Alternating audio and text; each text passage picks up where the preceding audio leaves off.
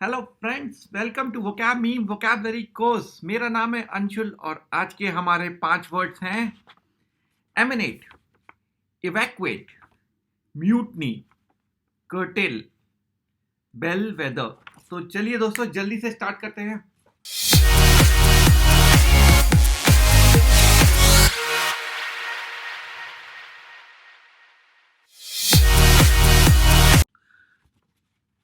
तो दोस्तों आज का हमारा पहला वर्ड है एमिनेट।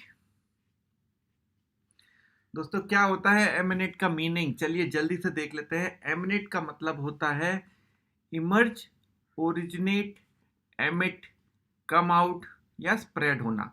कोई भी चीज अगर स्प्रेड होती है या किसी चीज से ओरिजिनेट होती है, इसको हम क्या बोलते हैं दोस्तों? एमिनेट। ओके। तो मीम में क्या हो रहा है? मीम में ये बंदी बोलती है amazing fragrance eminent from your skin, right?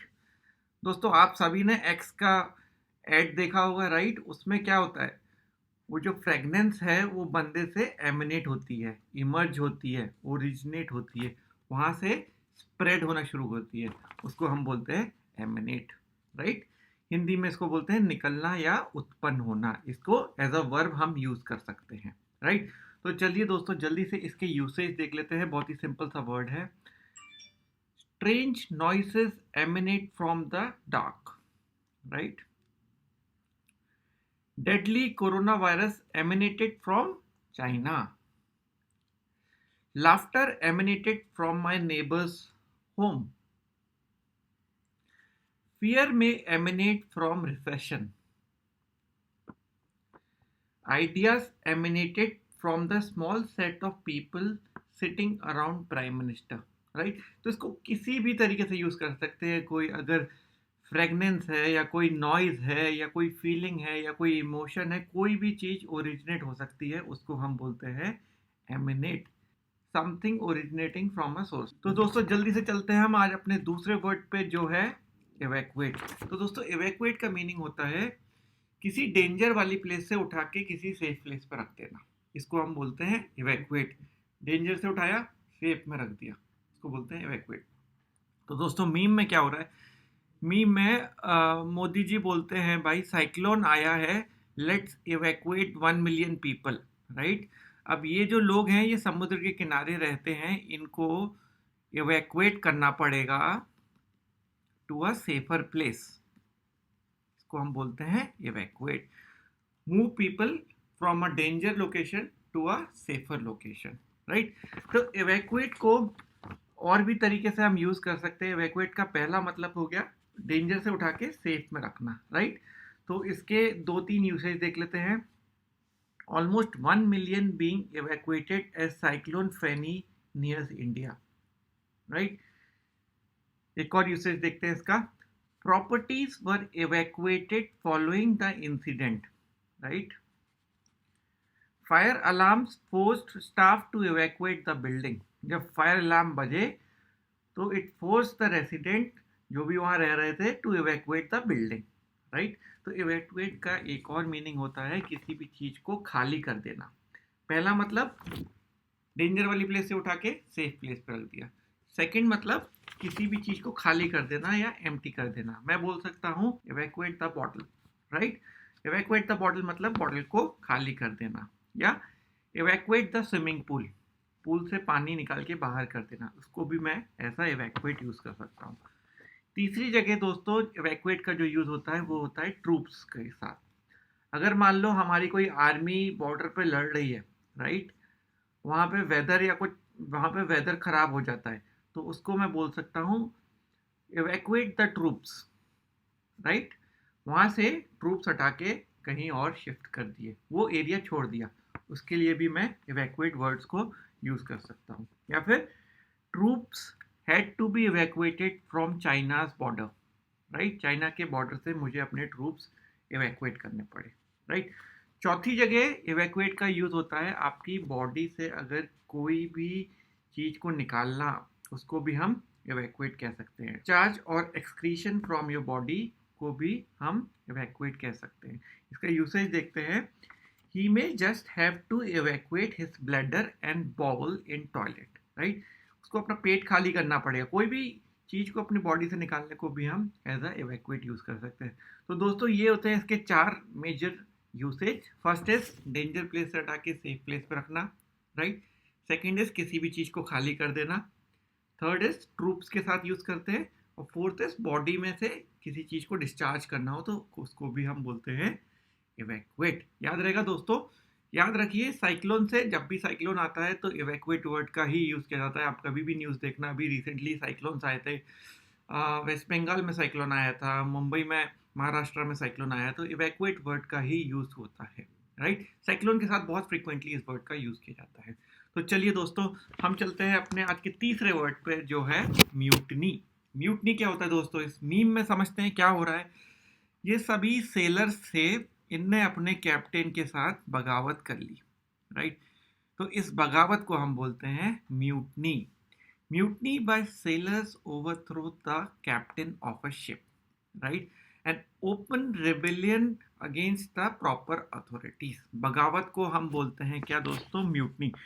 Mutiny को आप एज अ नाउन या एज अ वर्ब दोनों तरीके से यूज कर सकते हैं, राइट। यूजली म्यूटनी का यूसेज या तो सोल्जर्स या सेलर्स इनके साथ ज़्यादा होता है। तो म्यूटनी बाय सोल्जर्स और sellers against their officers, right.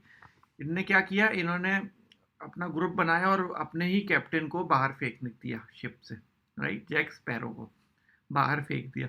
तो बहुत फनी सा मीम है दोस्तों, याद रहेगा म्यूटनी का मीनिंग। कुछ इसके यूसेज देख लेते हैं, एज अ नाउन इसको कैसे यूज करते हैं और एज अ वर्ब कैसे यूज करते हैं, right. Problems on ship sparked mutiny. Ships पे जो प्रॉब्लम हुए उससे it sparked mutiny as a noun usage, right. अब इसको एज अ वर्ब कैसे यूज करते हैं, अगर आप अपनी अथॉरिटी को डिसऑबे कर रहे हैं या उनकी बात नहीं मान रहे या उनके अगेंस्ट जा रहे हैं, राइट, उसको भी हम बोलते हैं mutiny. Refuse to obey orders of a person in authority. आप रिबेल है, एक तरीके से रिबेलियन है, राइट। आपके पेरेंट्स कुछ बोलते हैं, आपके टीचर कुछ बोलते हैं, आप उनकी बात नहीं सुनते, तो आपको रिबेलियन बोल सकते हैं, या आप उनके ऑर्डर्स नहीं मान रहे, इसको भी हम एज अ म्यूटनी बोल सकते हैं। तो इसके यूसेज देखते हैं दोस्तों। Thousands of soldiers mutinied over the non payment of wages. दोस्तों जब एम्प्लॉयज को वेजेस नहीं मिली या सोल्जर्स को वेजेस नहीं मिली, तो दे म्यूटनीड अगेंस्ट द अथॉरिटीज, राइट, उन लोगों ने बगावत कर दी। इंडियन आर्मी हैव म्यूटनीड, मतलब गवर्नमेंट ने कुछ ऑर्डर्स दिए कि भाई चाइना पे अटैक मत करो, लेकिन अगर इंडियन आर्मी ने तब भी गवर्नमेंट के ऑर्डर्स नहीं माने और चाइना पे अटैक किया, राइट, उनको डिसऑबे किया, उनके ऑर्डर्स नहीं माने, इसको भी हम म्यूटनी बोल सकते हैं। Trump accuses governors of mutiny. Trump बोलता है भाई गवर्नर्स ना, they are going against me, वो बगावत कर रहे हैं। तो Trump accuses governors of mutiny. तो दोस्तों म्यूटनी का इस मीम से मीनिंग याद रहेगा, ये आपकी मेमोरी ट्रिक है। ये इमेज बहुत फनी सा इमेज है, आप इस इमेज से इस वर्ड को याद कर सकते हैं। जब भी मैं आपको म्यूटनी बोलूँ तो आपके दिमाग में ये इमेज आनी चाहिए। कोई बहुत सारे सेलर्स हैं या सोल्जर्स हैं जो अपने कैप्टन को बाहर फेंक रहे हैं, राइट, अब अपने अथॉरिटी को डिसऑबे कर रहे हैं, उसको भी हम म्यूटनी बोलते हैं। फनी सा इमेज है, याद रहेगा। चलिए दोस्तों आगे बढ़ते हैं आज के हमारे तीसरे वर्ड पे, जो है कर्टेल। तो दोस्तों कर्टेल सिनोनिम है कर्व का। मैंने अपने प्रीवियस लेक्चर में आपको कर्व का मीनिंग समझाया था, राइट। किसी चीज को कट करना, रेस्ट्रिक्ट करना, राइट, उसको हम बोलते हैं कर्व। तो कर्टेल का भी सेम मतलब होता है। Cartel is the synonym of curve. किसी चीज को कम करना, किसी चीज को कट डाउन करना, या उस चीज पे रेस्ट्रिक्शन लगा देना, उसको हम बोलते हैं कर्टेल, राइट। इसके यूसेज देखते हैं, पहले मीम में देखते हैं क्या होता है। ये जो येलो वाली चिड़िया है, ये बोलती है अपने फ्रेंड से how is your diet going on, right. अब ये पिंक वाली जो चिड़िया है वो बोलती है I am curtailing my calories, right, मैं अपनी कैलोरीज को रिड्यूस कर रही हूँ या कट कर रही हूँ। इसको एज अ वर्ब यूज करते हैं। कर्टेल के दो मीनिंग होते हैं, या तो किसी चीज को कम कर देना, कट डाउन कर देना, सेकेंड इज उस पर रेस्ट्रिक्शन लगा देना या करना ही नहीं है, राइट। तो यूसेज देखते हैं दोनों के। पहले देखते हैं कट डाउन के, लिमिट की, right. Blockchain technology will cartel corruption. दोस्तों एक नई टेक्नोलॉजी आ रही है ब्लॉकचेन, लोग बोल रहे हैं कि उससे करप्शन कम हो जाएगा, राइट। सेकेंड यूसेज देखते हैं, curtail spread of corona virus. Limit करो, कम करो। Corona virus curtail our air conditioner addiction. दोस्तों हम लोग को अभी एसी की काफ़ी आदत है, राइट। कि क्या कोरोना वायरस से हमारा एसी का जो एडिक्शन है वो कम होगा क्या, right. Will corona virus curtail our AC addiction, right. अब रेस्ट्रिक्ट वाला मीनिंग देख लेते हैं। एक तो हो गया आपका लिमिट वाला, अब रेस्ट्रिक्ट में क्या इसका मीनिंग यूज हुआ है। Curtail drinking in school. भाई स्कूल में ड्रिंकिंग को रेस्ट्रिक्ट कर दो, nobody should be allowed to drink in a school, right. Curtail drinking in school. Donald Trump curtails H1B visa. अभी अभी दोस्तों डोनाल्ड ट्रम्प ने एक रूल लाया है जिसमें बोला है कि हम अभी दिसंबर तक आपको H1B वीज़ा नहीं प्रोवाइड करेंगे। तो इंडिया के जितना भी टेक ऑडियंस था, जितना भी आईटी का क्राउड था जो यूएस जाता था वो H1 वीज़ा पे जाता था, अब उनको US United state H1B visa नहीं देगी। तो Trump has said he will cartel H1B visa. दोस्तों क्लियर है इसका मीनिंग। कर्टेल आपको याद रहेगा इस मीम से, बहुत फनी सा मीम है। हम जब भी मोटे हो जाते हैं तो we have to curtail our calories, right. तो आप ना किसी चीज आपको क्या करना है, जैसे आप यूज करते हैं ना, I am going to decrease my calorie intake या I am going to limit my this, इसकी जगह आप बेटर वर्ड यूज कर सकते हैं। आप बोल सकते हैं कर्ब, आप बोल सकते हैं कर्टेल। तो you will sound much more wiser, you will sound much more intelligent. Start saying this, stop using the word decrease या limit, start saying curtail या start saying curb। मैं आज से अपनी कैलोरीज कर्टेल करूंगा, I will curtail my calories. आज से मैं कम खाऊंगा, I will curtail my calories, I will curb my calories, इसको ऐसे भी बोल सकते हैं दोस्तों आज का हमारा 5वां वर्ड है बेल वेदर। क्या होता है बेल वेदर? बेल वेदर होता है नाउन। अब बेल वेदर को समझने के लिए इसका सबसे पहले ओरिजिन समझते हैं, ये बेल वेदर आया कैसे, राइट। तो दोस्तों पुराने ज़माने में शेपर्ड क्या करता था, एक लीडिंग शीप को, जो शीप्स का जो झुंड होता है, जो हर्ड होता है, जो फ्लॉक होता है, उसका जो शीप का जो लीडर होता था उसके गले में घंटी बांध देता था। इससे शेपर्ड क्या कर पाता था, वो शीप्स की लोकेशन ट्रैक कर पाता था। जो शीप्स का लीडर होता था उसके गले में घंटी बंधी होती थी, वो जहाँ भी जाता था उसकी वो घंटी शेपर्ड को सुनाई देती थी। तो शेपर्ड को पता रहता था कि उसकी शीप्स किस एरिया में है, कहाँ है, राइट। तो शीप्स के लीडर को वो बेल वेदर बोलते हैं। It's use as a noun, right. A leader of sheeps is called bellwether, right. तो शीप को घंटी बंधी रहती थी, वो लीडर होता था, बोलते थे बेल वेदर। अब इसको इंग्लिश लैंग्वेज में वर्ड को यूज करने लगे। कैसे यूज करने लगे, इसका यूसेज देखते हैं पहले। Apple is a bellwether in technology sector. तो दोस्तों कोई भी लीडर है या ट्रेंड सेटर है, ट्रेंड सेटर, उसको हम बोलते हैं बेल वेदर। या तो वो किसी चीज को लीड कर रहा है, लीडर है, या वो ट्रेंड सेट कर रहा है आगे वाली जनरेशन्स के लिए, आगे वाले टाइम के लिए, उसको हम बेल वेदर बोलते हैं। तो दोस्तों एप्पल ने iPhone, iMac, right, MacBook Pro computer, तो Apple was actually a bellwether of technology sector. जो भी कुछ नया आता था, आईपॉड आया, फर्स्ट टाइम लोगों ने आईपॉड देखा, फर्स्ट टाइम लोगों ने आईफोन देखा, फर्स्ट टाइम लोगों ने आईपैड देखा। तो we can say Apple was a bellwether in technology sector, right. Netflix is a bellwether in streaming services, right. और इसके यूसेज देखते हैं। Germany's top soccer league continues to be a bellwether of sports, right? Singapore is viewed as a bellwether on the economic front, right? तो दोस्तों bell weather को ऐसे use करते हैं, कोई भी लीडर या ट्रेंड सेटर उसको हम बोलते हैं बेल वेदर। जब भी आप बेल वेदर शब्द को एनकाउंटर करते हैं तो आपको स्टीव जॉब्स और एप्पल याद आना चाहिए। मीनिंग यूसेज सब अपने आप फ्लो होंगे, राइट। ये इमेज को याद रखिए, ये मीम को याद रखिए, बेल वेदर का मीनिंग, बेल वेदर का यूसेज अपने आप क्लियर हो जाएगा। तो दोस्तों ये थे हमारे आज के 5 शब्द। जल्दी से हम क्विकली रिवाइज कर लेते हैं। आज का हमारा पहला वर्ड था एमिनेट। आपको उसका मीम याद आ रहा है? एक्स डियो। आज का हमारा सेकंड वर्ड था इवैक्यूएट। साइक्लोन आया तो क्या किया? इवैक्यूएट।